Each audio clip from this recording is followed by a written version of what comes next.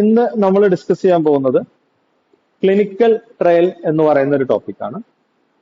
7th semester BPharm industrial pharmacy unit 3 സിലബസിൽ പറയാതെ question വരുന്ന ഒരു ടോപ്പിക്കാണ്. ഓക്കെ, അങ്ങനെ തന്നെ ഞാൻ പറയും. സിലബസിൽ ഈ ക്ലിനിക്കൽ ട്രയൽ എന്ന് പറഞ്ഞ ഒരു വേർഡ് പറഞ്ഞിട്ടില്ല, പക്ഷെ ക്വസ്റ്റ്യൻ പേപ്പറിൽ സ്ഥിരമായിട്ട് കാണുന്ന ഒരു ക്വസ്റ്റ്യൻ ആണ് clinical trial എന്ന് പറയും. So this is the learning objective. After the session you will able to understand, describe and write about the different phases as well as regulatory requirements of clinical trial. So നിങ്ങൾ syllabus നോക്കുകയാണെങ്കിൽ ഞാൻ പറഞ്ഞു already ഇതിൽ സിലബസിൽ mention ചെയ്തിട്ടില്ല, എന്നാൽ question പേപ്പറിൽ faces of clinical trial എന്ന് പറഞ്ഞ 2 മാർക്കിന്റെ ക്വസ്റ്റ്യൻ ആയിട്ട് വന്നിട്ടുള്ളതാണ്. So we have already discussed about the different stages of drug development process. So after the discovery, we will go for the preclinical study or animal study. So after the successful completion of the preclinical study, we will go for the IND application, that is the secondary regulatory requirement. And once we get the IND application, we can start the clinical trial. So ഇതിന് 4 ഫേസസുകളാണ് ഉള്ളത്. നമ്മൾ overall ആയിട്ട് drug development process പറഞ്ഞ സമയത്ത് പറഞ്ഞിട്ടുണ്ടായിരുന്നു. അപ്പൊ ഇവിടെ detail ആയിട്ട് തന്നെ നമ്മൾ ഡിസ്കസ് ചെയ്യാൻ പോവുകയാണ്. So this will be the outcome after the clinical trial. നമുക്ക് ഡ്രഗ് ഡിസ്കവറി ഒക്കെ ചെയ്ത് വരുന്ന സമയത്ത് we can screen up to 5,000 to 20,000 molecules. So once we complete the pre clinical trial അല്ലെങ്കിൽ അനിമൽ സ്റ്റഡി കംപ്ലീറ്റ് ചെയ്ത് വരുമ്പോഴേക്കും or we can only prove up a maximum of 250 molecules. So once we complete the clinical trial, it will reduce again to the number to 5.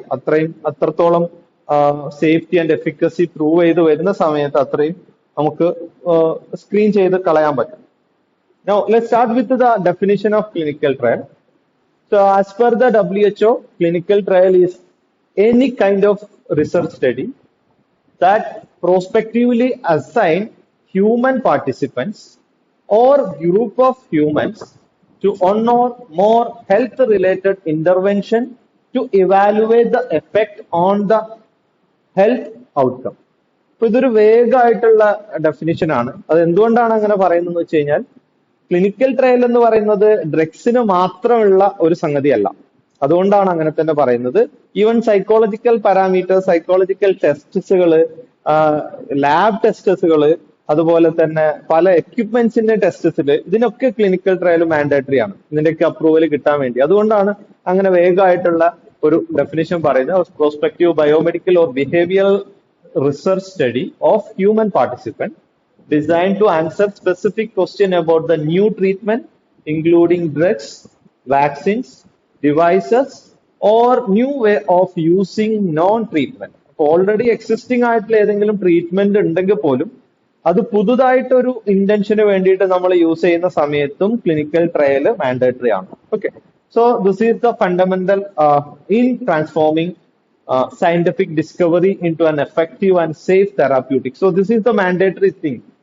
Once we have to get the NDA അല്ലെങ്കിൽ market authorisation, that is a final approval, we have to get any product into the market. അത് drug ആയിക്കോട്ടെ, testing സാധനങ്ങളായി, lab ടെസ്റ്റസുകളായിക്കോട്ടെ, എക്യുപ്മെന്റ്സുകളായിക്കോട്ടെ, finally അത് മാർക്കറ്റിലോട്ട് എത്തിക്കുന്നതിന് മുമ്പായിട്ട് നിർബന്ധമായിട്ടും it should be proven it is safe and efficacious in the human subject after the successful completion of the animal study. Animal study complete ചെയ്ത് safe ആണ്, prove ആണ്, safe ആണ്, എഫിക്കസ് ആണെന്ന് പ്രൂവ് ചെയ്തിട്ടുള്ള ഡാറ്റ വെച്ച് IND അപ്ലിക്കേഷൻ ചെയ്യണം.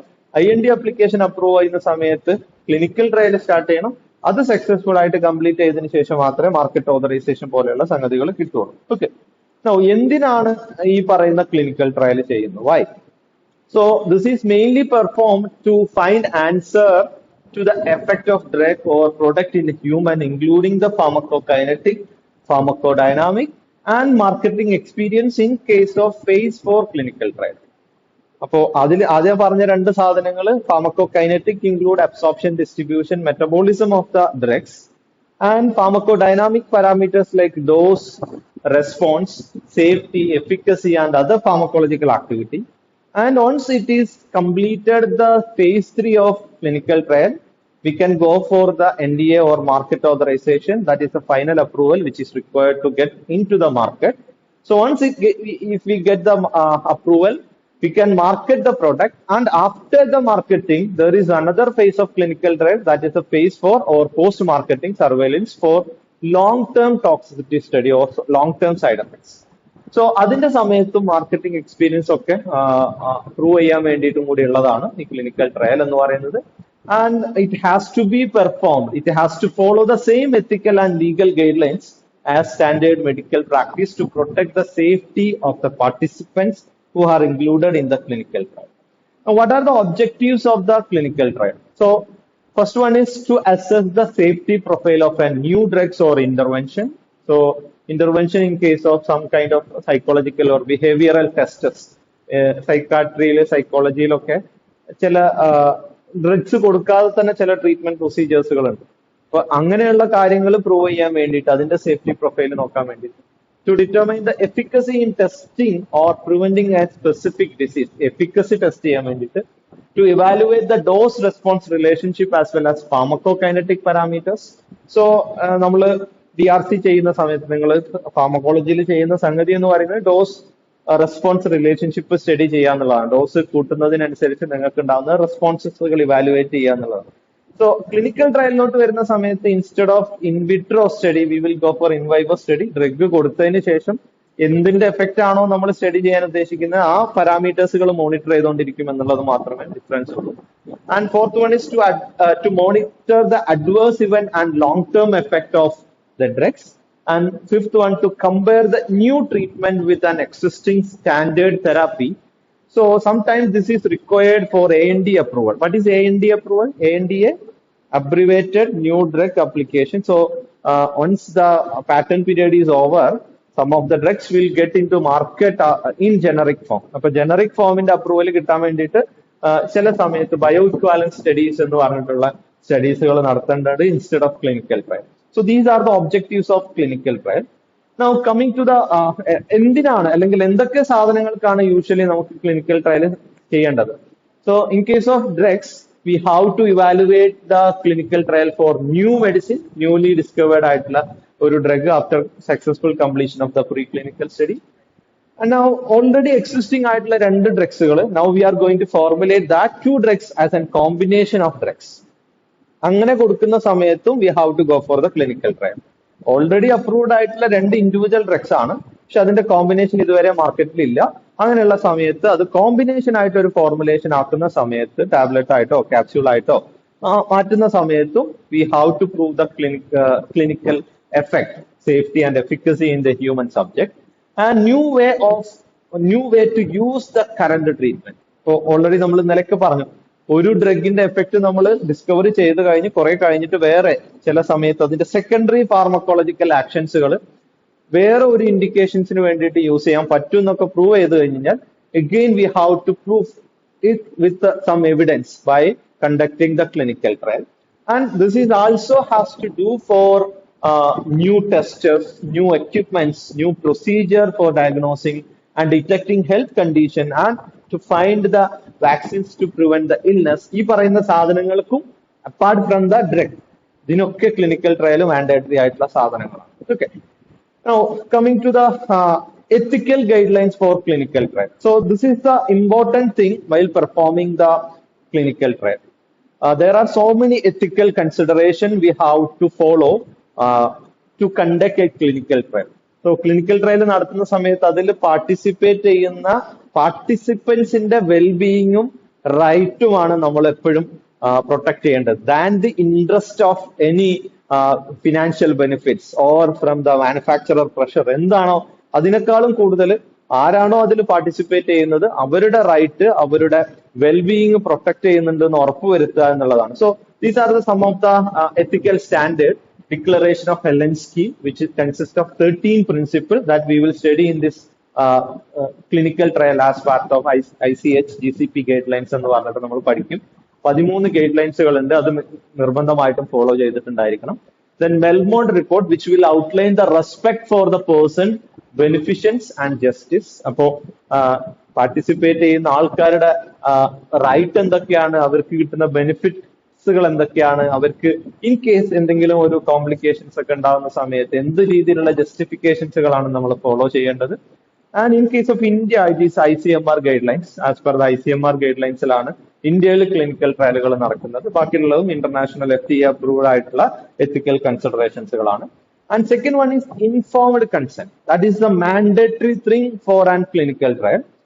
The participant who are participating in clinical trial must be aware of the process which is going on in clinical trial. ഏത് drug ആണ് കൊടുക്കുന്നത്, എത്ര സമയം എടുത്തിട്ടാണ് ക്ലിനിക്കൽ ട്രയൽ സ്റ്റാർട്ട് ചെയ്യുക, എത്ര ഫ്രീക്വൻസിയിലാണ് ഇത് ഡ്രഗ് കൊടുക്കുക, എന്തൊക്കെ കാര്യങ്ങളാണ് ഇവാലുവേറ്റ് ചെയ്യുക, എന്തൊക്കെ ബ്ലഡ് സാമ്പിൾ എടുക്കുന്നു, യൂറിൻ സാമ്പിൾ, ഇങ്ങനത്തെ എല്ലാ കാര്യങ്ങളും അവരോട് ആദ്യം നമ്മൾ എഡ്യൂക്കേറ്റ് ചെയ്യണം. We have to inform and we have to get their consent. Informed consent കിട്ടണം. ഇങ്ങനെയാണ് എക്സ്പെരിമെന്റ് നടക്കാൻ പോകുന്നതെന്ന് ആദ്യം തന്നെ പാർട്ടിസിപ്പൻസിനെ അറിയിച്ച് അവരുടെ വളണ്ടറി ആയിട്ടുള്ള സിഗ്നേച്ചർ ഈ ഇൻഫോംഡ് കൺസെന്റ് ഫോമിൽ നമുക്ക് കിട്ടിയതിന് ശേഷം മാത്രമേ ക്ലിനിക്കൽ ട്രയൽ സ്റ്റാർട്ട് ചെയ്യാൻ പാടുള്ളൂ. And third one is institutional review board അല്ലെങ്കിൽ എത്തിക്കൽ കമ്മിറ്റി. അപ്പൊ ഇൻസ്റ്റിറ്റ്യൂഷണൽ റിവ്യൂ ബോർഡ് ഈ പറയുന്ന പ്രൊസീജിയർ മോണിറ്റർ ചെയ്യാനുള്ള ഒരു എത്തിക്കൽ കമ്മിറ്റിയാണ് which has to get approval from respective regulatory authority. ഇത് ഇൻസ്റ്റിറ്റ്യൂഷന്റെ റിവ്യൂ ബോർഡാണ്. ആ റിവ്യൂ ബോർഡിന് റെസ്പെക്റ്റീവ് റെഗുലേറ്ററി അതോറിറ്റീസിന്റെ രജിസ്ട്രേഷൻ ഉണ്ടായിരിക്കണം, അതിന്റെ അപ്രൂവൽ കിട്ടിയിട്ടുണ്ടായിരിക്കണം. ഈ റിവ്യൂ ബോർഡ് അപ്രൂവ് ചെയ്തിട്ടുള്ള പ്രോട്ടോകോൾ പ്രകാരം മാത്രമേ അവിടെ ക്ലിനിക്കൽ ട്രയൽ സ്റ്റാർട്ട് ചെയ്യാനോ അല്ലെങ്കിൽ നടക്കാനോ പാടുള്ളൂ. So these are the ethical guidelines of the clinical trial. What are the regulatory requirements? അപ്പോ റൂള് പ്രകാരം എന്തൊക്കെ റിക്വയർമെന്റ്സുകളാണുള്ളത്? In case of United State it is regulated by FDA 21 code of federal regulation part 312. Code of federal റെഗുലേഷന്റെ 21 code of federal റെഗുലേഷന്റെ part 312 പറഞ്ഞിട്ടുള്ള എല്ലാ mandatory ആയിട്ടുള്ള കാര്യങ്ങളും ഫോളോ ചെയ്തിട്ടായിരിക്കണം ഈ പറയുന്ന ക്ലിനിക്കൽ ട്രയൽ നടക്കേണ്ടത്. And also it must be conducted as that of IND application. IND അപ്ലിക്കേഷനിൽ നമ്മൾ ഫയൽ ചെയ്തിട്ടുള്ള പ്രോട്ടോകോൾ പ്രകാരം മാത്രമേ ക്ലിനിക്കൽ ട്രയൽ അവിടെ നടക്കാൻ പാടുള്ളൂ. In case of European Union it is regulated by European Medical Agency EMA and we have to use under the clinical trial regulation EU number 536/2014. And in case of India, which is overseen by CDSCO and governed by New Drug and Clinical Trial Rules 2019, and it has to get the it is required to get approval from the Drug Control General of India and Ethics Committee of the respective regulatory authority. So CDSCO drug controller general of ഇന്ത്യയുടെ approval കിട്ടിയതിനു ശേഷം മാത്രമേ clinical trial start ചെയ്യാൻ പാടുള്ളൂ. So these are the regulatory requirement of clinical trial. Now this is the universal guidelines for clinical trial. Good clinical practice GCP is an international ethical and scientific quality standard for designing, conducting and reporting the clinical trial as per the ICH guideline E6. E6 എന്ന് പറഞ്ഞ guide ലൈൻസിൽ പറഞ്ഞിട്ടുള്ള സാധനമാണ് ICH GCP എന്ന് പറയുന്നത്, which is a globally accepted standard. So by ensuring this good clinical practice, it will ensure the right and well-being of the participants and data integrity and reliability of the clinical trial and compliance with the regulatory and ethical standards. So എല്ലാം follow ചെയ്യുന്ന ഒരു international standard ആയിട്ടുള്ള ഒരു ethical and scientific standard ആണ് good clinical practice എന്ന് പറയുന്നത്. Now, what are the eligibility criteria for an clinical trial? ആരെയാണ് നമ്മൾ ക്ലിനിക്കൽ ട്രയലിനെ ചൂസ് ചെയ്യുന്നത്? So this is basically depending on the type of the drugs. ഈ guide ലൈൻസിൽ പറയുന്ന സമയത്ത് ഏത് ടൈപ്പ് ഓഫ് ഡ്രഗിനനുസരിച്ചിട്ടാണ് നമ്മൾ അതിലോട്ട് വേണ്ട പാർട്ടിസിപ്പൻസിന് അല്ലെങ്കിൽ പോപ്പുലേഷനെ നമ്മൾ ഇൻക്ലൂഡ് ചെയ്യുന്നത് എന്നുള്ളതാണ്. ചില സ്ഥലത്ത് സെർട്ടൻ ഏജ് ഗ്രൂപ്പ് ആയിരിക്കും നമ്മൾ ചൂസ് ചെയ്യുന്നുണ്ടാവുക, ചില സമയത്ത് ജെൻഡറുകളായിരിക്കും, ചില സമയത്ത് റേസ് ആയിരിക്കും, എത്തിനിസിറ്റി ആയിരിക്കും, പീപ്പിൾ വിത്ത് സ്പെസിഫിക് ഡിസീസസ് ഉള്ള ആൾക്കാരായിരിക്കും, അല്ലെങ്കിൽ ഒരു ഡിസീസിൽ തന്നെ ഇന്ന സ്റ്റേജിലുള്ള ഡിസീസിലുള്ള ആൾക്കാരെ മാത്രമായിരിക്കും നമ്മൾ ക്ലിനിക്കൽ ട്രയലിന് വേണ്ടി ചൂസ് ചെയ്യുന്നത്. സോ നമ്മൾ യൂഷ്വലി സീരിയസ് ആയിട്ടുള്ള ഹെൽത്ത് കണ്ടീഷൻസിലുള്ള ആൾക്കാരിലൊന്നും നമ്മൾ സാധാരണ ചൂസ് ചെയ്യാറില്ല, അൺലെസ് ആൻഡ് അതർവൈസ് വേറെ ഓപ്ഷൻ ഒന്നും ഇല്ല എന്നുണ്ടെങ്കിൽ, ഒരു പുതിയൊരു ഡിസീസാണ്, അതിന് ഇന്നേ വരെ ഡ്രഗ് ഡിസ്കവർ ചെയ്തിട്ടില്ല, അങ്ങനെ കേസിലൊക്കെ മാത്രമേ വീക്ക് ആയിട്ടുള്ള അല്ലെങ്കിൽ സീരിയസ് ആയിട്ടുള്ള ഹെൽത്ത് കണ്ടീഷൻസിലുള്ള ആൾക്കാരെ നമ്മൾ ചൂസ് ചെയ്യാറുള്ളൂ. So as per these guidelines, there will be some inclusion criteria as well as exclusion criteria. ഇതൊക്കെ നിങ്ങൾ ഫാർമസി പ്രാക്ടീസിൽ പഠിക്കുന്നു വിചാരിക്കുന്നു. ഇൻക്ലൂഷൻ ക്രൈറ്റീരിയ നിങ്ങൾ ഒരു റിസർച്ച് നടക്കുന്ന സമയത്ത് ഈ പോപ്പുലേഷനെ സെലക്ട് ചെയ്യുമ്പോൾ നിങ്ങൾ കുറച്ച് കണ്ടീഷൻസുകൾ വരും. ഇത്ര ഏജ് ഉള്ള, ഇത്ര വെയിറ്റ് ഉള്ള, ഈ ജെൻഡറിലുള്ള ഇത്ര ആൾക്കാരെയാണ് സെലക്ട് ചെയ്യുന്നത്. അതിൽ തന്നെ സ്മോക്കിംഗ് ഉള്ള ആൾക്കാരെ നമ്മൾ എക്സ്ക്ലൂഡ് ചെയ്യേണ്ടി വരും. വേറെ എന്തെങ്കിലും ഡിസീസസ് ഉള്ള ആൾക്കാരെ നമ്മൾ എക്സ്ക്ലൂഡ് ചെയ്യേണ്ടി വരും. വേറെ മരുന്ന് കഴിക്കുന്ന ആൾക്കാരെ എക്സ്ക്ലൂഡ് ചെയ്യേണ്ടി വരും. So these are the some of the criteria for inclusion as well as exclusion criterias. Now coming to the protocol, ഇത് മാത്രമായിട്ട് 2 മാർക്കിന് ക്വസ്റ്റ്യൻ ചോദിച്ചിട്ടുള്ളതാണ്. We will discuss this as a different topic. എന്താണ് ക്ലിനിക്കൽ ട്രയൽ പ്രോട്ടോകോൾ എന്നുള്ളത് നമ്മൾ വേറെ discuss ചെയ്യും. ഇപ്പൊ ജസ്റ്റ് ഒന്ന് പറഞ്ഞു പോവാണ്. Along with the IND application, we have to submit the clinical trial protocol. IND application കൊടുക്കുന്ന സമയത്ത് കൊടുക്കേണ്ട ഒരു സാധനമാണ് ഈ പറയുന്ന ക്ലിനിക്കൽ ട്രയൽ പ്രോട്ടോകോൾ എന്ന് പറയുന്നത്. അതിലാണ് നമ്മൾ കംപ്ലീറ്റ് ആയിട്ടുള്ള ഡീറ്റെയിൽസ്, എങ്ങനെയാണ് ഈ ക്ലിനിക്കൽ ട്രയൽ പെർഫോം ചെയ്യാൻ പറ്റുന്നത്, അതിന്റെ പ്ലാനും അതിന്റെ പർപ്പസും അതിന്റെ പ്രോസസ്സും കംപ്ലീറ്റ് ആയിട്ട് മെൻഷൻ ചെയ്യുന്ന ഒരു ഡോക്യുമെന്റ് ആണ് ക്ലിനിക്കൽ ട്രയൽ പ്രോട്ടോകോൾ എന്ന് പറയുന്നത്. ആരാണ് പാർട്ടിസിപ്പേറ്റ് ചെയ്യുന്നത്, എത്ര ആൾക്കാരാണ് പാർട്ടിസിപ്പേറ്റ് ചെയ്യുന്നത്, എങ്ങനെയാണ് treatment plan, type and frequency, how result are measured, reason for clinical trial to be stop, എന്തെങ്കിലും കോംപ്ലിക്കേഷൻ വരുന്ന സമയത്ത് എന്ത് കാരണം ഉണ്ടാകുമ്പോൾ മാത്രമാണ് ക്ലിനിക്കൽ ട്രയൽ സ്റ്റോപ്പ് ചെയ്യാൻ പാടുള്ളത്. ഇങ്ങനെയുള്ള കംപ്ലീറ്റ് ആയിട്ടുള്ള ഒരു പ്രോട്ടോകോൾ അല്ലെങ്കിൽ ഡോക്യുമെന്റിനാണ് നമ്മൾ ക്ലിനിക്കൽ ട്രയൽ പ്രോട്ടോകോൾ എന്ന് പറയുന്നത്. ഇൻഫോംഡ് കൺസെന്റ് ഓൾറെഡി നമ്മൾ പറഞ്ഞു, എത്തിക്കൽ ആയിട്ടുള്ള ഒരു കൺസിഡറേഷൻ ആണ്. ക്ലിനിക്കൽ ട്രയൽ സ്റ്റാർട്ട് ചെയ്യുന്നതിന് മുന്നേ ഉള്ള ഒരു പ്രോസസ് ആണ് the process of learning of participant about the clinical trial before deciding to participate. ആ ഒരു പ്രോസസ്സിനെയാണ് ഇൻഫോംഡ് കൺസെന്റ് എന്ന് പറയുന്നത്. അപ്പൊ ഈ സമയത്താണ് ആരാണോ ഇൻവെസ്റ്റിഗേറ്റർ, പ്രിൻസിപ്പൽ ഇൻവെസ്റ്റിഗേറ്റർ, അതിലോട്ട് എടുക്കുന്ന ആൾക്കാരടുത്ത് നമ്മൾ ഇങ്ങനെയാണ് നടക്കുന്നത്, ഇതാണ് ഇതിൽ നടക്കാൻ പോകുന്ന പ്രോസസ്സ് എന്നുള്ളത് എഡ്യൂക്കേറ്റ് ചെയ്യുക എന്ന് പറയുന്ന പ്രോസസ്സാണ്. They have to review and sign and informed consent before participating in and clinical trial. Each participant has to sign. Okay, ഓരോ പാർട്ടിസിപ്പന്റിനെ കൊണ്ടും അത് സൈൻ ചെയ്യിക്കേണ്ടി വരും. അതില് ചില സമയത്ത് വളണ്ടറി ആയിട്ട് വരുന്ന ആൾക്കാരായിരിക്കും, ചില ആൾക്കാർ ബെനിഫിഷ്യൽ ആയിട്ട് വരുന്ന ആൾക്കാരായിരിക്കും. അതിന്റെയൊക്കെ കണ്ടീഷൻ ഈ പറയുന്ന ലീഗൽ ടീം അവർക്ക് എക്സ്പ്ലെയിൻ ചെയ്തിട്ടുണ്ടായിരിക്കും. ഈ ക്ലിനിക്കൽ ട്രയൽ എന്തിനു നടക്കുന്നതാണ്, എന്തുകൊണ്ട് നിങ്ങൾ ഇതിൽ പാർട്ടിസിപ്പേറ്റ് ചെയ്യണം, നിങ്ങളെ റൈറ്റ്സുകൾ എന്തൊക്കെയാണ്, ഏത് സമയത്തും നിങ്ങൾക്ക് ഇത് സ്റ്റോപ്പ് ചെയ്ത് പോവാം, ഇങ്ങനെയുള്ള എന്താണ് അവിടെ നടക്കുന്ന ക്ലിനിക്കൽ പ്രോസസ് എന്തൊക്കെയാണ് ഞങ്ങൾ എക്സ്പെക്ട് ചെയ്യുന്ന റിസ്കുകൾ, ആ റിസ്കിനെക്കാളും എന്ത് ബെനിഫിറ്റ്സ് ആണ് ഞങ്ങൾ എക്സ്പെക്ട് ചെയ്യുന്നത്, എത്ര സമയം കൊണ്ടാണ്, ഡ്യൂറേഷൻ കൊണ്ടാണ് ഇത് കംപ്ലീറ്റ് ചെയ്യുക. And even they sign this informed consent, they have all the right to withdraw from the clinical trial whenever they require. അവർക്ക് തോന്നുകയാണ് എനിക്കിതിൽ ഇനി മുന്നോട്ട് പോകാൻ താല്പര്യമില്ല എന്നുള്ളത്, ആ റൈറ്റ് അവർക്കുണ്ട് എനി ടൈം. അതിന് ഒരു പെനാൽറ്റിയും ഇല്ലാതെ തന്നെ അവർക്ക് അതിന് വിഡ്രോ ചെയ്യാനുള്ള എല്ലാ റൈറ്റും as per the guidelines അവർക്കുള്ളതാണ്. Okay, so that is the informed consent. ഇതെല്ലാം സൈൻ വാങ്ങിച്ചിട്ടാണ് നമ്മൾ ചെയ്യുന്നത്.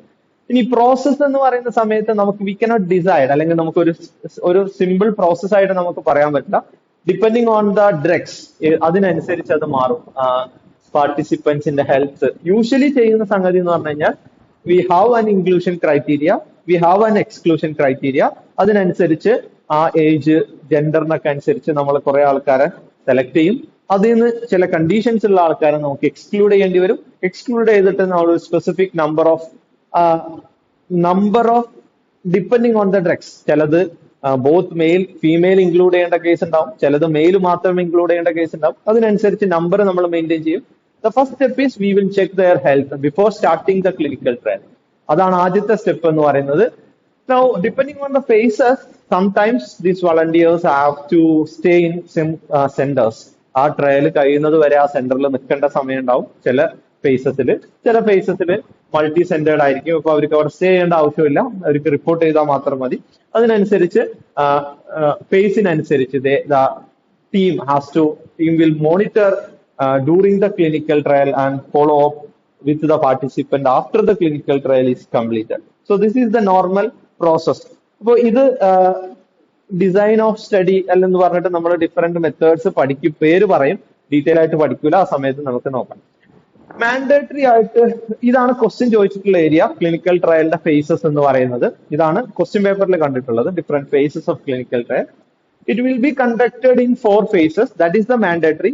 നമ്മൾ ഒരു സ്റ്റെപ്പ് ചില സമയത്ത് ഓപ്ഷണൽ ആയിട്ടുണ്ട്, phase 0 എന്ന് പറഞ്ഞിട്ടുള്ള ഒരു സ്റ്റെപ്പും കൂടി ഉണ്ട്. സോ ഈ ഫേസസ് എഴുതുന്ന സമയത്ത് each phase have their own purposes and each number, അല്ലെങ്കിൽ അതിനൊരു സ്പെസിഫിക് നമ്പർ ഓഫ് പാർട്ടിസിപ്പൻസിന്റെ നമ്പർ ഉണ്ട്. ഇതാണ് നിങ്ങൾ ആൻസറിൽ എഴുതേണ്ടത്. അതല്ലാതെ നിങ്ങൾ എന്തെല്ലാം എഴുതി വെച്ചിട്ടും കാര്യമില്ല. What is the purpose, how many numbers of volunteer will be included, ഇതാണ് ഈച്ച് ഫേസിൽ നിങ്ങൾ എഴുതേണ്ടത്. Okay, so there are phase 0, phase 1, phase 2, phase 3, phase 4. So phase 1 എന്ന് പറയുന്നത് സ്ക്രീനിങ് സേഫ്റ്റി എന്നുള്ളതാണ്. ADR നോക്കുക എന്നുള്ളതാണ്. ഡോസിന്റെ ടോളറബിലിറ്റി നോക്കുക എന്നുള്ളത്, എത്ര ഡോസ് വരെ, ഹയർ ഡോസ് വരെ കൊടുക്കാൻ പറ്റും എന്നുള്ളത് നോക്കുന്ന ഫസ്റ്റത്തെ സ്റ്റെപ്പാണ്. phase 2 എന്ന് പറയുന്നത് preliminary efficiency against the placebo. ഒരു ഇനാക്റ്റീവ് ആയിട്ടുള്ള ഡ്രഗിനെക്കാളും എത്രത്തോളം എഫിഷ്യൻസി നമ്മളെ ഡ്രഗിനുണ്ട് എന്ന് പ്രൂവ് ചെയ്യുന്ന ഫേസ് ആണ് phase 2 എന്ന് പറയുന്നത്. phase 3 എന്ന് പറയുന്നത് final confirmation of safety as well as efficacy for a long time in and large population, and phase 4 after the marketing, post marketed surveillance ഉള്ളതാണ്. So phase 0 it's an optional ആണ്, already പറഞ്ഞു. Single therapeutic dose മാത്രമേ ഇവിടെ use ചെയ്യുള്ളൂ. We will 10 to 15 number വരെയുള്ള വളണ്ടിയേഴ്സിൽ മാത്രം optional ആയിട്ട് നടത്തുന്നതാണ്, മാൻഡേറ്ററി അല്ല. വീണ്ടും പറയാണ്, മാൻഡേറ്ററി അല്ല. അതുകൊണ്ട് പല ബുക്കിലും ഈ പറയുന്ന സ്റ്റെപ്സ് മെൻഷൻ ചെയ്തിട്ടുണ്ടാവില്ല. 10 to 15 വളണ്ടിയേഴ്സിൽ മാത്രം ചെയ്യുന്ന പ്രൊസീജിയർ ആണ്. In order to get a preliminary data of pharmacokinetic and pharmacodynamic parameters in human, and the length of the study will depending on the type of the drugs. Now coming to the phase 1, this is the first phase, mandatory phase of clinical trial. അതിൽ 20 to 80 healthy volunteers ആണ്. Plus or minus 10 or 20 ഉണ്ടാവും, ചില ബുക്സിൽ അതിന്റെ difference കാണും. എന്നാലും standard ആയിട്ട് പറയുന്ന സമയത്ത് 20 to 80 numbers of healthy volunteers ആണ്. നോട്ട് ദ പോയിന്റ്, ഹെൽത്തി വളണ്ടിയേഴ്സിലാണ് ചെയ്യുന്നത്, ഡിസീസ്ഡ് ആയിട്ടുള്ള പേഷ്യൻസിലല്ല ചെയ്യുന്നത് ഫസ്റ്റ് ഫേസ് എന്ന് പറയുന്നത്. And this purpose of the phase 1 is confirmation of the safety. Toxicity ഇല്ല എന്ന് ഉറപ്പുവരുത്തുക, സൈഡ് എഫക്ട് ഇല്ല എന്ന് ഉറപ്പുവരുത്തുക എന്നുള്ളതാണ് ആദ്യത്തെ ഫേസിന്റെ മെയിൻ പർപ്പസ് എന്ന് പറയുന്നത്. And second purpose is to dose tolerability, ഏത് ഡോസ് വരെ കൂട്ടാൻ പറ്റും, ഹയർ ഡോസ് ഓഫ് ടോക്സിസിറ്റി ഇല്ലാത്ത ഹയർ ഡോസ് എത്രയാണ് എന്നുള്ള റേഞ്ച് കണ്ടെത്തുക എന്നുള്ളതാണ്. ആൻഡ് ഫാർമക്കോകൈനറ്റിക് പാരാമീറ്റേഴ്സ്, ഇത് എങ്ങനെയാണ് മെറ്റബോളിസം ചെയ്യുന്നത്, എങ്ങനെയാണ് എക്സ്ക്രീഷൻ നടക്കുന്നത് എന്നുള്ളതൊക്കെ ഇവാലുവേറ്റ് ചെയ്യുക എന്നുള്ളതാണ്. Usually it will take several month to 1 year, up to 1 year വരെ എടുക്കുന്ന ഒരു ഫേസ് ആണ് phase 1 എന്ന് പറയുന്നത്. അപ്പൊ ഇത് പറയുന്ന സമയത്ത് മനസ്സിലാക്കേണ്ടത് 20 to 80 വളണ്ടിയേഴ്സിലാണ്, healthy വളണ്ടിയേഴ്സിലാണ് 1 to several months to 1 year എന്ന് പറയുന്ന സമയത്ത് സിംഗിൾ സെന്ററിലാണ് നടക്കുന്നത്. ആ സെന്ററിൽ 1 year ഈ പറയുന്ന ഹെൽത്തി ആയിട്ടുള്ള വളണ്ടിയേഴ്സ് അവിടെ സ്റ്റേ ചെയ്തിട്ടുണ്ടായിരിക്കണം. ഓക്കെ, അങ്ങനെ സ്റ്റേ ചെയ്ത് മോണിറ്റർ ചെയ്യുന്ന ഫേസ് ആണ് phase 1 എന്ന് പറയുന്നത്. Now coming to the phase 2, 100 several hundreds എന്നാണ് പറയാ, അതായത് 100 to 300 വരെയുള്ള ഡിസീസ്ഡ് ആയിട്ടുള്ള പേഷ്യൻസിലാണ് സിംഗിൾ സെന്ററിൽ നടക്കുന്നത് തന്നെയാണ്. ഒറ്റ സെന്ററിൽ വെച്ചിട്ട് തന്നെ ആയിരിക്കും ഈ പറയുന്ന ക്ലിനിക്കൽ ട്രയൽ നടക്കുന്നത്. 100 to 300 ഹെൽത്തി ആയിട്ടുള്ള, ഹെൽത്തി അല്ല, വളണ്ടിയർ ആയിട്ടുള്ള പേഷ്യൻസിലാണ് ഈ പറയുന്ന ക്ലിനിക്കൽ phase 2 ക്ലിനിക്കൽ ട്രയൽ നടക്കുന്നത്. So the main purpose is the establishing the preliminary efficiency of the drug against the placebo in the patients. ഇപ്പൊ സാധാരണഗതിയിൽ ഉണ്ടാവുന്ന ഒരു പ്രശ്നം എന്ന് വെച്ച് കഴിഞ്ഞാൽ പലപ്പോഴും ഒരു പാർട്ടിസിപ്പൻസിന് സൈക്കോളജിക്കൽ ആയിട്ടുള്ള കുറച്ച് എഫക്ട്സുകൾ ഉണ്ടാവാനുണ്ട്. അവർക്ക് മരുന്ന് കഴിച്ചു എന്ന് തോന്നുന്ന സമയത്ത് അസുഖം മാറി എന്നുള്ള ഒരു ഫീലിംഗ് പലപ്പോഴും പാർട്ടിസിപ്പൻസിന് മാത്രമല്ല കുറച്ച് ഏജ് ആയിട്ടുള്ള ആൾക്കാർക്കൊക്കെ ഉള്ള പ്രശ്നമാണ്. അവർക്ക് രോഗം വന്നു എന്ന് അവരെന്നെ തീരുമാനിക്കും. ഡോക്ടർ അവർ കാണണം നിർബന്ധമാണ്. ഡോക്ടർ എന്ത് വിറ്റാമിന്റെ ഗുളിക കുടിച്ചു കഴിഞ്ഞാലും രണ്ടാമത്തെ ദിവസം പറയും എനിക്ക് ഈ അസുഖം മാറിയിട്ടുണ്ട് എന്ന് പറയും. അപ്പൊ ഈ ഒരു എഫക്ട് എന്ന് പറയുന്നത് പ്ലാസിബോ കൊടുത്തു കഴിഞ്ഞാൽ ആ ഒരു ബയാസ് മാറ്റാൻ പറ്റും എന്നുള്ളതാണ്. പ്ലാസിബോ എന്ന് പറഞ്ഞു കഴിഞ്ഞാൽ എങ്ങനെയാണോ സ്റ്റഡി ഡ്രഗ് കൊടുക്കുന്നത് അതേ രീതിയിൽ പാക്ക് ചെയ്തിട്ടുള്ള, അതേ രീതിയിൽ ലാബിൽ ചെയ്തിട്ടുള്ള ഒരു സാധനമായിരിക്കും without active pharmaceutical ingredient. Active pharmaceutical ingredient മാത്രമേ ഉണ്ടാവില്ല, ബാക്കിയെല്ലാം അതുപോലെ തന്നെ, അതേ ഷേപ്പ്, അതേ വെയിറ്റ് എല്ലാം അതുപോലെ തന്നെ ആയിരിക്കും. അപ്പോ അത് എസ്റ്റാബ്ലിഷ് ചെയ്യുക എന്നുള്ളതാണ്. അപ്പൊ നമ്മൾ സാധാരണ ചെയ്യുന്നത് എന്താന്ന് വെച്ച് കഴിഞ്ഞാൽ രണ്ട് രീതിയിൽ ഡിസൈൻ ചെയ്യാറുണ്ട്. നമുക്ക് രണ്ട് ഗ്രൂപ്പുകൾ സാധാരണ ഉണ്ടാവും. കൺട്രോൾ ഗ്രൂപ്പ് ഉണ്ടാവും, സ്റ്റഡി ഗ്രൂപ്പും ഉണ്ടാവും. ആദ്യം കൺട്രോൾ ഗ്രൂപ്പിന് പ്ലാസിബോ കൊടുക്കും, മറ്റേ ഗ്രൂപ്പിന് സ്റ്റഡി ഡ്രഗ് കൊടുക്കും. ദെൻ ഒരു വാഷിംഗ് ഇന്റർവെൽ എന്ന് പറയും. ഒരു ഡ്രഗ് കൊടുത്ത് 5-6 ഹാഫ് ലൈഫ് കഴിയാനുള്ള സമയം കഴിഞ്ഞിട്ട് മാത്രമേ അടുത്ത ഡ്രഗ് കൊടുക്കാൻ പറ്റുള്ളൂ ക്ലിനിക്കൽ ട്രയലിന് വേണ്ടിയിട്ട്. അത്രയും സമയം കഴിഞ്ഞിട്ട് നേരെ റിവേഴ്സ് കൊടുക്കും. കൺട്രോൾ ഗ്രൂപ്പിന് ആദ്യം നേരത്തെ പ്ലാസിബോ കൊടുത്ത ആൾക്ക് ഡ്രഗ് കൊടുക്കും, ഇപ്പുറത്ത് ഡ്രഗ് കൊടുത്തിട്ടുള്ള ആൾക്ക് പ്ലാസിബോ കൊടുത്തിട്ട് അതിന്റെ എഫിഷ്യൻസി എത്രത്തോളം ഉണ്ട് എന്നുള്ളത് നോക്കുക എന്നുള്ളതാണ് സാധാരണ നടക്കുന്ന ഒരു പ്രൊസീജിയർ എന്ന് പറയുന്നത്. സോ ഇവിടെ സേഫ്റ്റി, ന്യൂ കെമിക്കൽ എൻറ്റിറ്റിന്റെ സേഫ്റ്റി ഇതിന്റെ കൂടെ നോക്കുന്നുണ്ട്. Confirmation of the safe dosage form as well as method of administration. So ഈ ഒരു സമയത്തൊക്കെ പൈലറ്റ് പ്ലാൻ സ്കെയിലപ്പ് നടന്നുകൊണ്ടിരിക്കുന്നുണ്ടാവും. ഡോസേജ് ഫോം ചേഞ്ച് ചെയ്യണമെങ്കിൽ ഡോസേജ് ഫോം ചേഞ്ച് ചെയ്യാനുള്ള ഓപ്ഷൻസുകളൊക്കെ ഇവിടെ ഉണ്ട്. അതുപോലെ ഈ പറയുന്ന ഡോസ് മാറ്റാൻ അല്ലെങ്കിൽ മെത്തേഡ് ഓഫ് അഡ്മിനിസ്ട്രേഷൻ മാറ്റാനുള്ള ഓപ്ഷൻസുകൾ ഇവിടെ ഉണ്ട്. ഇതിനൊക്കെ അനുസരിച്ച് ബേസിക് റിസർച്ചുകളിൽ മാറ്റങ്ങളൊക്കെ വന്നുകൊണ്ടിരിക്കുന്നുണ്ടാവും ഈ സമയത്ത് തന്നെ. ഷോർട്ട് ടേം അഡ്വേഴ്സ് എഫക്ട്സും കൂടി സ്റ്റഡി ചെയ്യുക എന്നുള്ളതാണ് ഫേസ് 2ന്റെ ഉദ്ദേശം എന്ന് പറയുന്നത്. അപ് ടു 2 years വരെയൊക്കെ എടുക്കുന്ന ഒരു പ്രോസസ്സാണ്. Now coming to the phase 3, 300 to 3000 volunteers. 3000 volunteers multi centered ആയിട്ടുള്ള ടാർഗറ്റ് ഡിസീസസ് ഉള്ള ആ ഡ്രഗ് എന്തിനാണോ നമ്മൾ ഡെവലപ്പ് ചെയ്തിട്ടുള്ളത് ആ ഡ്രഗിന്റെ അല്ലെങ്കിൽ ആ ഡിസീസിനെ ടാർഗറ്റ് ചെയ്തിട്ടുള്ള പോപ്പുലേഷനെയാണ് നമ്മൾ സെലക്ട് ചെയ്യുക. 300 to 3000 വളണ്ടിയേഴ്സ്. നമ്പർ ഇമ്പോർട്ടന്റ് ആണ്, പർപ്പസ് ഇമ്പോർട്ടന്റ് ആണ്. So this is the step for final confirmation of the efficiency as well as long-term safety by monitoring the adverse reaction. 1 to 4 years വരെയൊക്കെ എടുക്കുന്നതാണ്. So by completing the phase 3 we can go for the next regulatory requirement, that is the market authorization or new drug approval. NDA എന്ന് പറയുന്ന അടുത്ത സ്റ്റെപ്പിലോട്ട് പോകാൻ പറ്റുന്ന ഇതാണ് ഇതിന്റെ outcome എന്ന് പറയുന്നത്. ഫേസ് 3 കംപ്ലീറ്റ് ചെയ്ത് കഴിഞ്ഞാൽ മാത്രമേ ഈ ഒരു സ്റ്റെപ്പിലോട്ട് അടുത്ത മാർക്കറ്റിംഗ് അപ്രൂവൽ കിട്ടാനുള്ള റെഗുലേറ്ററി റിക്വയർമെന്റ് ആയിട്ടുള്ള മാർക്കറ്റ് ഓതറൈസേഷൻ അപ്ലിക്കേഷനോ അല്ലെങ്കിൽ ന്യൂ ഡ്രഗ് അപ്രൂവൽ എന്നോ ന്യൂ ഡ്രഗ് അപ്ലിക്കേഷൻ എന്നൊക്കെ പറയുന്ന പ്രോസസ്സിലോട്ട് പോകാൻ പറ്റും. ഇവിടെ സേഫ്റ്റി ആൻഡ് എഫിക്കസി പ്രൂവ് ചെയ്തിട്ടുണ്ടായിരിക്കണം. കംപ്ലീറ്റ് ചെയ്യാന്ന് മാത്രം പോരാ, അപ് ടു ഫേസ് 3 വരെയുള്ള സേഫ്റ്റി ആൻഡ് എഫിക്കസി പ്രൂവ് ചെയ്തിട്ടുള്ള ഡാറ്റ കൊണ്ടാണ് നമ്മൾ NDA അപ്രൂവലിന് പോകുന്നത്. Now phase 4 post marketing surveillance ആണ്. ഇപ്പൊ NDA അപ്രൂവലിൽ പോയി, അപ്രൂവൽ കിട്ടി, ലാർജ് സ്കെയിലിൽ മാനുഫാക്ചർ ചെയ്തു, മാർക്കറ്റിംഗ് ടീം അത് മാർക്കറ്റ് ചെയ്തു, അത് മാർക്കറ്റിൽ ലാർജ് പോപ്പുലേഷൻസിൽ ഡിസീസ്ഡ് ആയിട്ടുള്ള പേഷ്യൻസിലോട്ട് എത്തി. ത്രൂ ദ ഡോക്ടർ, ഫിസിഷ്യൻ അതിന്റെ അടുത്ത സർവൈലൻസ് നടന്നുകൊണ്ടിരിക്കും. ഡോക്ടർ ഈ മരുന്ന് പ്രിസ്ക്രൈബ് ചെയ്യും. ആ മരുന്ന് ഒരു റീവിസിറ്റിന് ടൈം കൊടുത്തിട്ടുണ്ടാവും. ആ വിസിറ്റിങ്ങിന്റെ സമയത്ത് അവർ വരുന്ന സമയത്ത് അവരുടെ എഫിഷ്യൻസി, അവരുടെ ഡിസീസസിൽ കുറവുണ്ടോ ഇല്ലെങ്കിൽ കുറവില്ലേ, അതെല്ലാം അവർക്ക് എന്തെങ്കിലും ടോക്സിസിറ്റി ഉണ്ടാവുന്നുണ്ടോ, ഇങ്ങനെയുള്ള കാര്യങ്ങൾ മോണിറ്റർ ചെയ്തുകൊണ്ടിരിക്കും. തിരിച്ച് ഈ പറയുന്ന റിസർച്ചിന് അതിന്റെ ഡാറ്റ കിട്ടിക്കൊണ്ടിരിക്കും എന്നുള്ളതാണ്. Okay, so long term safety, effectiveness of the direction of use and other benefits will be checked, and long-term safety and effectiveness, adverse effect and accessibility of the drug will be monitored during the phase 4. അപ്പോൾ ഈ സമയത്ത് ഏതെങ്കിലും രീതിയിലുള്ള toxicity പ്രോബ്ലംസുകളൊക്കെ ഉണ്ടെങ്കിൽ regulatory authority have all the power to recall all the marketed product. അവിടെ approval കിട്ടിയിട്ടുള്ള സാധനമാണെന്നൊന്നുമില്ല, ആ അപ്രൂവൽ ക്യാൻസൽ ചെയ്യാനും മാർക്കറ്റിലുള്ള എല്ലാ പ്രൊഡക്റ്റും റീകോൾ ചെയ്യാനുള്ള എല്ലാ അതോറിറ്റിയും റെഗുലേറ്ററി അതോറിറ്റിക്ക് ഉണ്ട്. ഇപ്പൊ റെഗുലേറ്ററി അതോറിറ്റി അങ്ങനെ ഒരു ഓർഡർ ഇട്ട് കഴിഞ്ഞാൽ manufacturer have to recall from market. അത് വന്ന റൂട്ടിൽ തന്നെ അത് റീകോൾ ചെയ്തിട്ടുണ്ടായിരിക്കണം. ഹോൾസെയിലേഴ്സിൽ റിട്ടേൺ വന്ന് അത് തിരിച്ച് മാനുഫാക്ചറർ അത് സ്റ്റോക്ക് ചെയ്തിട്ടുണ്ടായിരിക്കും. Okay, now these are the different types of design of clinical trial, so like randomized control trial. Randomisation എന്ന് പറയുന്നത് ബയാസ് ഒഴിവാക്കാൻ വേണ്ടിയിട്ട് സെലക്ട് ചെയ്തിട്ടുള്ള ആർക്ക് വേണമെങ്കിലും ഏത് ഡ്രഗും കിട്ടും. അപ്പോ ചില സമയത്ത് പാർട്ടിസിപ്പന്റിന് അറിയില്ല ഞാൻ ഏത് മരുന്നാണ് കഴിക്കുന്നത് എന്നുള്ളത്. അതിൽ 2 ടൈപ്പ് ഉണ്ട്, open label trial, double blind trial എന്ന് പറയും.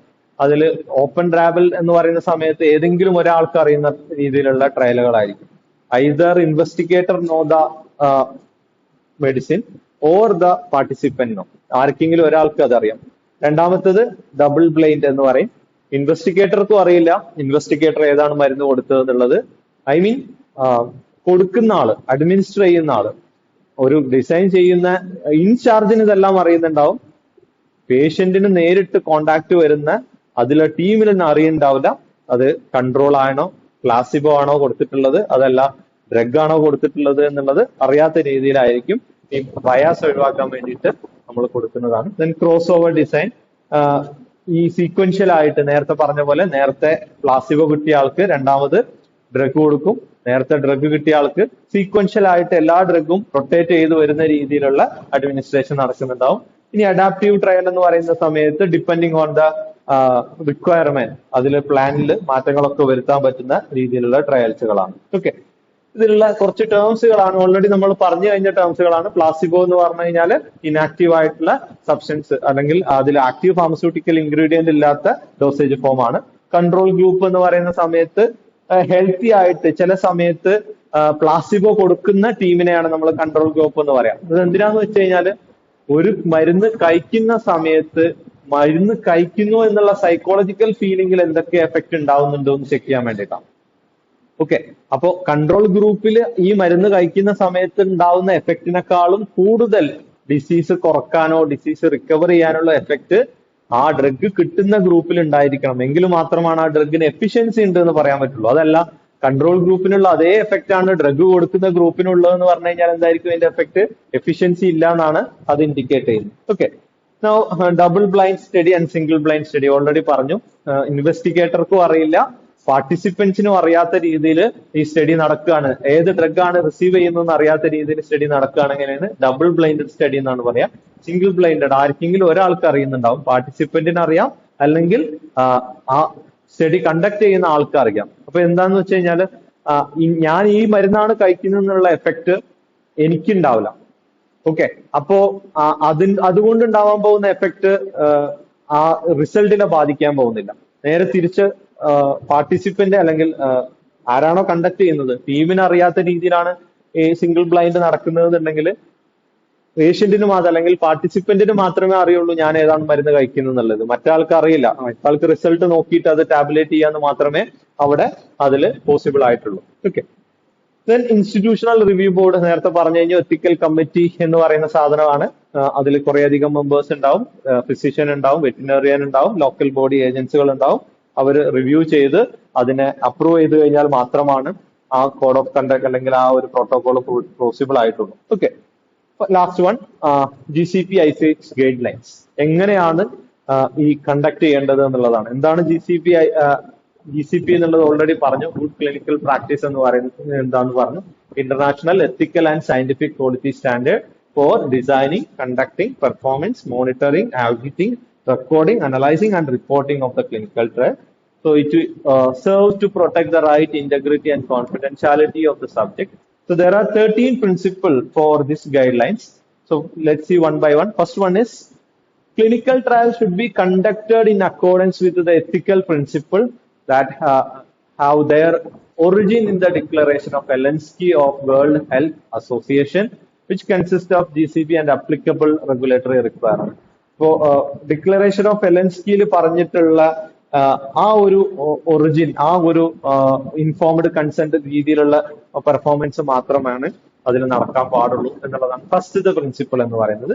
സെക്കൻഡ് വൺ, ഫോർസീൻ റിസ്കുകൾ നമ്മൾ മെഷർ ചെയ്തിട്ടുണ്ടായിരിക്കണം. ക്ലിനിക്കൽ ട്രയൽ സ്റ്റാർട്ട് ചെയ്യുന്നതിന് മുമ്പ് തന്നെ ഈ ഒരു ഡ്രഗ് കൊടുക്കുന്ന സമയത്ത് ഉണ്ടാവാൻ പോകുന്ന റിസ്കുകൾ എന്തൊക്കെയാണ്, ആന്റിസിപ്പേറ്റഡ് ആയിട്ടുള്ള ബെനിഫിറ്റ്സുകൾ എന്തൊക്കെയാണ്.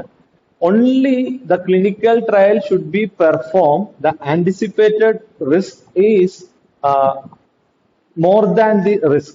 അല്ലെങ്കിൽ ആന്റിസിപ്പേറ്റഡ് ആയിട്ടുള്ള ബെനിഫിറ്റ്സുകൾ റിസ്കിനെക്കാളും ജസ്റ്റിഫൈ ചെയ്യുന്ന രീതിയിലുള്ള ഒരു എഫക്ട് ഉണ്ട് എന്ന് പ്രൂവ് ചെയ്ത് കഴിഞ്ഞാൽ മാത്രമേ ഈ ഒരു ക്ലിനിക്കൽ ട്രയൽ നടക്കാൻ പാടുള്ളൂ. ഇല്ലാന്നുണ്ടെങ്കിൽ ആ ക്ലിനിക്കൽ ട്രയൽ അവിടെ നടത്താൻ പാടില്ല എന്നുള്ളതാണ് രണ്ടാമത്തെ പ്രിൻസിപ്പിൾ എന്ന് പറയുന്നത്. Okay, now third one is the right of the participant. Right, safety, well-being of the trial subject are most important consideration and should prevail over the interest of science and society. ഒരു drug കണ്ടെത്തുക എന്നുള്ള interest അല്ലെങ്കിൽ ഒരു സൊസൈറ്റിയുടെ ആവശ്യമാണ് എന്നുള്ള interest.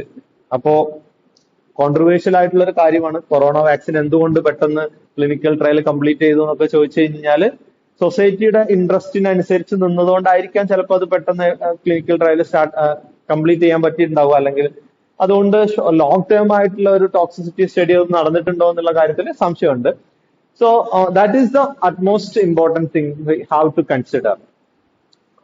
അവിടെ participate ചെയ്യുന്ന പാർട്ടിസിപ്പന്റിന്റെ റൈറ്റ്, ഐഡന്റിറ്റി റിവീൽ ചെയ്യാതിരിക്കുക, അവരുടെ ഫിനാൻഷ്യൽ ബെനിഫിറ്റ്, അവർക്ക് പറ്റുന്ന സമയത്തുള്ള അതിന്റെ ജസ്റ്റിസ്, അങ്ങനെയുള്ള സേഫ്റ്റി ആൻഡ് വെൽബീയിങ് ഒക്കെ കൺസിഡർ ചെയ്യുക എന്നുള്ളതാണ്.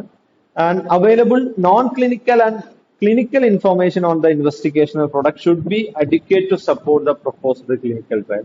So IND application protocol കൊടുക്കുന്ന സമയത്ത് we have to prove we have sufficient data from the clinical preclinical study, and we have some sufficient data on the same investigational product on the clinical trial also.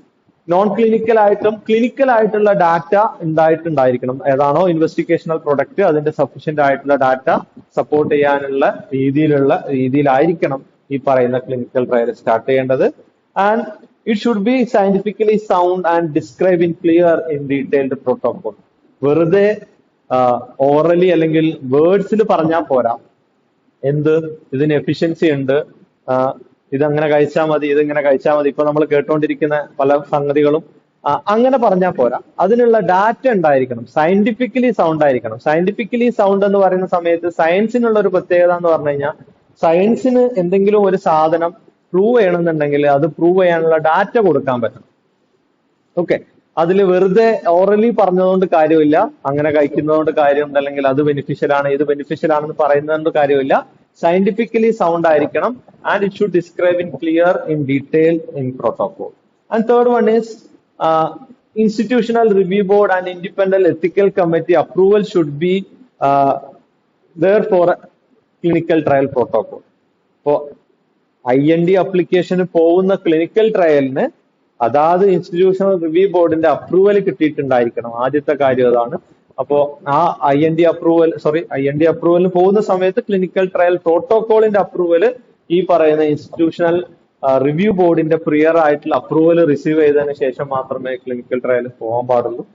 And medical care given to the medical decision on behalf of subject should be always the responsibility of qualified physician when appropriate of qualified dentist. ആരാണോ study നടത്തുന്നത്, depending on the type of investigational product, respective ആയിട്ടുള്ള ഏരിയയിൽ expertise ഉള്ള medical practitioner ആയിരിക്കും അതിന്റെ final decision എടുക്കുന്ന ആള്.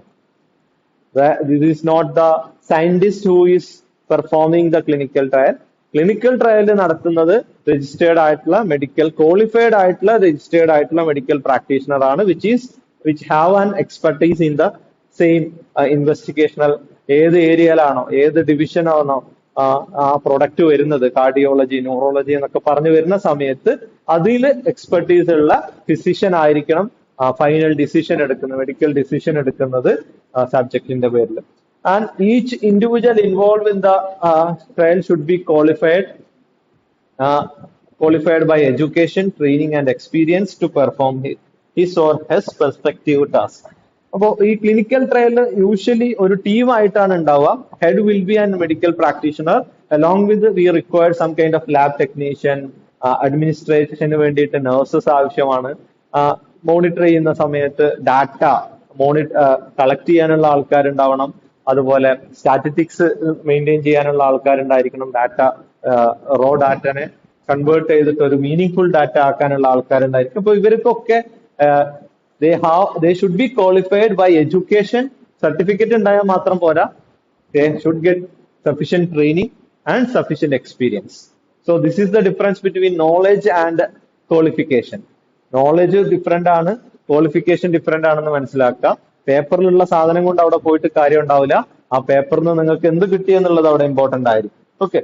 And ninth one is freely given informed consent should be obtained from every subject prior to the clinical trial participation. Already പറഞ്ഞു, informed consent sign കിട്ടിയിട്ടുള്ള പാർട്ടിസിപ്പൻസിനെ മാത്രമേ നമ്മൾ ഇൻക്ലൂഡ് ചെയ്യാൻ പാടുള്ളൂ. All the clinical trial information should be recorded, handled and stored in a way that allow its accurate reporting, interpretation and verification. And last one, confidentiality of the record should be could identify the subject, could be protected, respect their privacy and confidentiality rule in accordance with the applicable regulatory requirements. So that is the 11th principle. ആരാണോ participate ചെയ്യുന്നത് അവരുടെ confidentiality, അവരുടെ name, അവരുടെ privacy ഇതിലെല്ലാം respect ചെയ്യുന്ന രീതിയിൽ മാത്രമേ ഈ പറയുന്ന ക്ലിനിക്കൽ ട്രയൽ നടക്കാൻ പാടുള്ളൂ. And the investigational product which is under the clinical trial should be manufactured by current GMP, good manufacturing practice പ്രകാരം മാനുഫാക്ചർ ചെയ്തിട്ടുള്ള ഇൻവെസ്റ്റിഗേഷണൽ പ്രൊഡക്റ്റ് മാത്രമേ ഈ ക്ലിനിക്കൽ ട്രയലിൽ ഇൻക്ലൂഡ് ചെയ്യാൻ പാടുള്ളൂ. And last one, system with the procedure that assure the quality of every aspect of trial should be implemented. Quality assurance should be there in every aspects of the clinical trial as well as the manufacturing of the investigational product. Okay, IP എന്ന് പറയുന്ന ഇൻവെസ്റ്റിഗേഷണൽ പ്രൊഡക്റ്റിന്റെ manufacturing തൊട്ട് അതിന്റെ clinical trial complete ചെയ്യുന്നതിന് വരെ അതിന്റെ quality every ആസ്പെക്ട്സിലും assure ചെയ്യുന്ന രീതിയിലായിരിക്കണം perform ചെയ്യേണ്ടത്. So this is all about the different guide lines of the clinical trial, GCP, ICH guidelines, and different phases of the clinical trial. So this is the questions from this area. 2 മാർക്കിന് ഇതുവരെ question പേപ്പറിൽ കണ്ടിട്ടുള്ളൂ, സിലബസിൽ പേരെടുത്ത് പറഞ്ഞിട്ടില്ല. വീണ്ടും പറയാണ്, faces of clinical trial എന്ന് പറഞ്ഞിട്ടാണ് ക്വസ്റ്റ്യൻ കണ്ടിട്ടുള്ളത്. 2 മാർക്ക് ക്വസ്റ്റ്യൻ ആണ്. സോ ഫേസസ് എഴുതുന്ന സമയത്ത് മാൻഡേറ്ററി ആയിട്ടുള്ള ഫേസസുകൾ എഴുതിയാൽ മതി. phase 1, phase 2, phase 3, phase 4. ഓരോ ഫേസ് എഴുതുന്ന സമയത്തും number of volunteers or diseased ആയിട്ടുള്ള പേഴ്സൺസ് അല്ലെങ്കിൽ പോപ്പുലേഷൻ എത്രയാണെന്നുള്ളതും വാട്ട് ഈസ് ദ പർപ്പസ്, ഈ 2 സാധനം മിനിമം ഉണ്ടായിരിക്കണം. ബാക്കിയുള്ള സാധനങ്ങളൊക്കെ നിങ്ങൾ ഒഴിവാക്കി കഴിഞ്ഞാലും number of participants involve and what is the purpose of each phase should be mentioned in each phases of this clinical trial. And there is another question which is known as clinical trial protocol that we will discuss as next topic. So these are some of the references for clinical trial, and that's all about the different phases as well as GCP, ICH GCP guidelines. Thank you.